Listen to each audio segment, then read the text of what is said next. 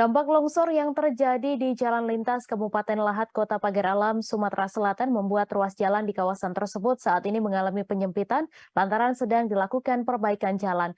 Menurut pantauan di lokasi, para pekerja sedang membangun tembok penahan sehingga tidak kembali longsor. Terlebih di kawasan tersebut rawan longsor saat musim hujan tiba.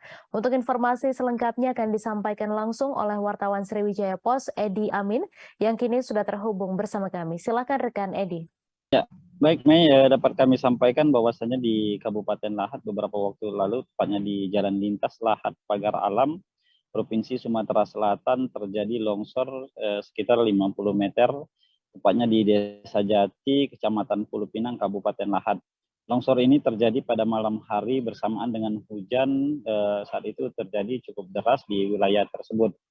Beruntung saat terjadinya longsor, kendaraan di lokasi jalan lintas tersebut sedang sepi sehingga tidak memakan korban atau pengendara yang sedang melintas. Namun keberadaan material longsor sendiri sampai menutup seluruh badan jalan yang membuat kondisi di ruas jalan tersebut tidak bisa dilintasi dan sempat membuat kendaraan tidak bisa lewat pada saat kejadian.